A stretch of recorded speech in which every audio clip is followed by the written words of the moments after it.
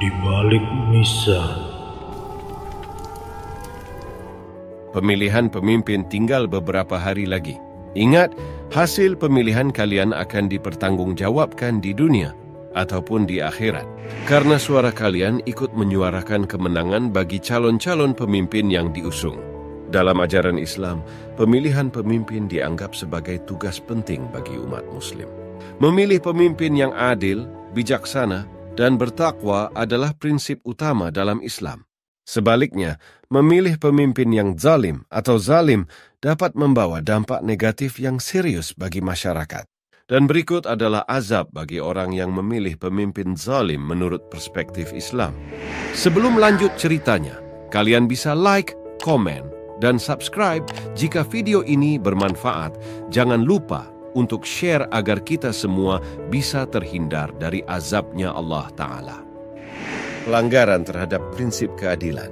Memilih pemimpin zalim dapat dianggap sebagai pelanggaran terhadap prinsip keadilan dalam Islam. Keadilan adalah nilai utama dalam agama ini, dan pemimpin zalim dapat merusak fondasi keadilan yang harus dijunjung tinggi dalam masyarakat. Orang yang secara sukarela memilih pemimpin yang tidak adil turut bertanggung jawab atas pelanggaran tersebut. Dosa dalam menentang kepemimpinan yang adil. Islam mengajarkan bahwa mendukung pemimpin yang adil adalah kewajiban bagi umat Muslim. Memilih pemimpin zalim dapat dianggap sebagai tindakan yang bertentangan dengan perintah Allah Ta'ala untuk mencari dan mendukung kepemimpinan yang mengedepankan keadilan. Orang yang memilih pemimpin zalim bisa mendapatkan dosa karena menentang prinsip-prinsip Islam yang menganjurkan kedamaian dan keadilan. Menyumbang pada penindasan masyarakat.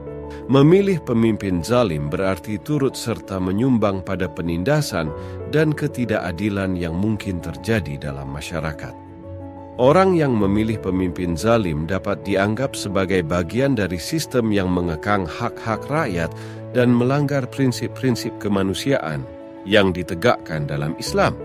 Tidak menjalankan tugas hijrah. Hijrah dalam Islam bukan hanya tentang berpindah tempat, tetapi juga mencakup perubahan menuju kebaikan dan ketaatan terhadap ajaran agama.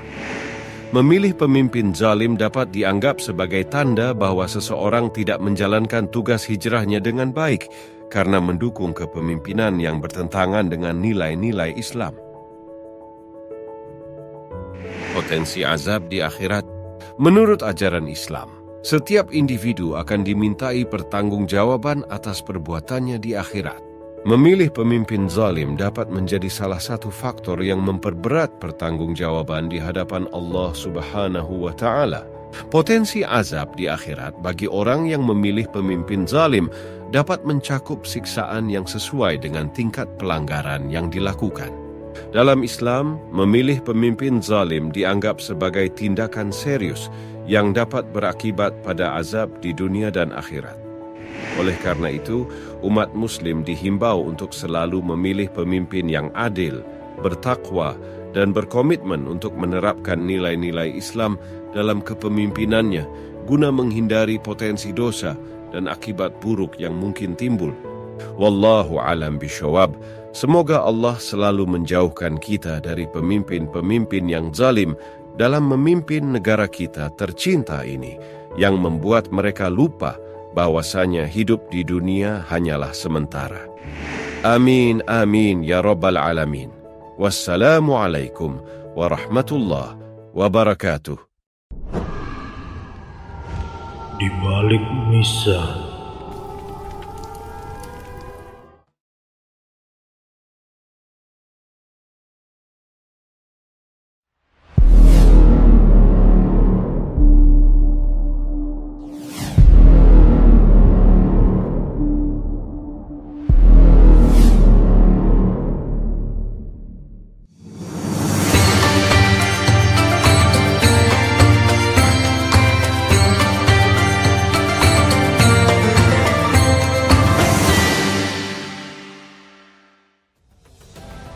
Assalamualaikum warahmatullahi wabarakatuh. Halo sahabat kanal Dunia Islam.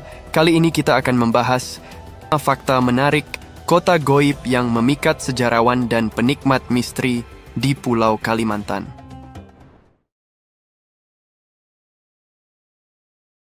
Perang Tabuk menjadi salah satu peristiwa bersejarah yang terjadi di bulan Rajab. Perang Tabuk juga menjadi peperangan terakhir yang diikuti Rasulullah Shallallahu Alaihi Wasallam. Tabuk adalah sebutan untuk suatu tempat yang terletak antara Wadil Qura dan Syam. Perang ini disebut pula Ghazwah Al-Usrah yang artinya perang kesulitan. Dikutip dari buku Perang Hunain dan Perang Tabuk, dijelaskan bahwa Perang Tabuk terjadi pada bulan Rajab tahun ke-9 Hijriah. Atau dalam kalender Masehi diperkirakan terjadi antara bulan September sampai Oktober 630 Masehi.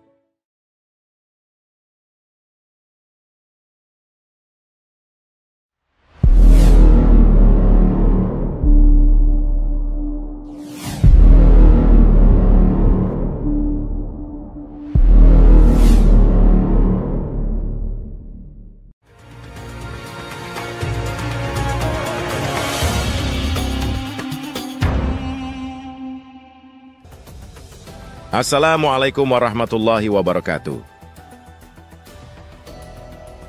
Halo Sobat Sejarah Islam, kali ini kita akan membahas sejarah Muhammad Al-Fatih penakluk Konstantinopel.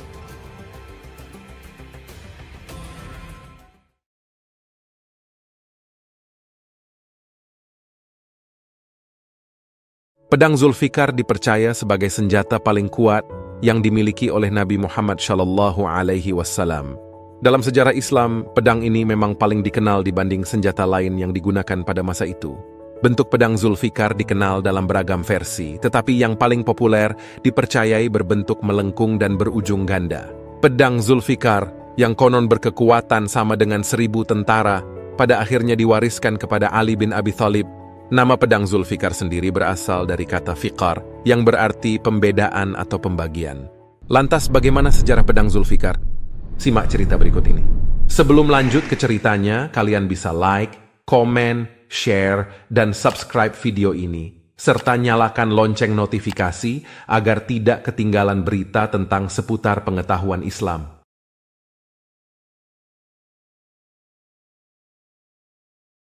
Abdul Muthalib adalah salah satu kepala suku Quraisy. Dia adalah orang yang menepati janjinya, memiliki prinsip yang baik, mencintai orang miskin, melayani para peziarah, memberi makan orang-orang di saat kelaparan, dan memberi makan hewan dan burung liar di puncak gunung. Dia mulia, terhormat, dan sangat dermawan, sampai-sampai kaum Quraisy memanggilnya Al-Fayyad atau yang murah hati. Lebih jauh lagi, dialah yang menjalin aliansi antara Quraisy dan Najasyi. Siapakah Abdul Muthalib? Bagaimana kehidupan Abdul Muthalib? Apakah dia dulu penyembah berhala? Simak cerita berikut ini. Sebelum lanjut ke ceritanya, kalian bisa like, komen, share, dan subscribe video ini, serta nyalakan lonceng notifikasi agar tidak ketinggalan berita tentang seputar pengetahuan Islam.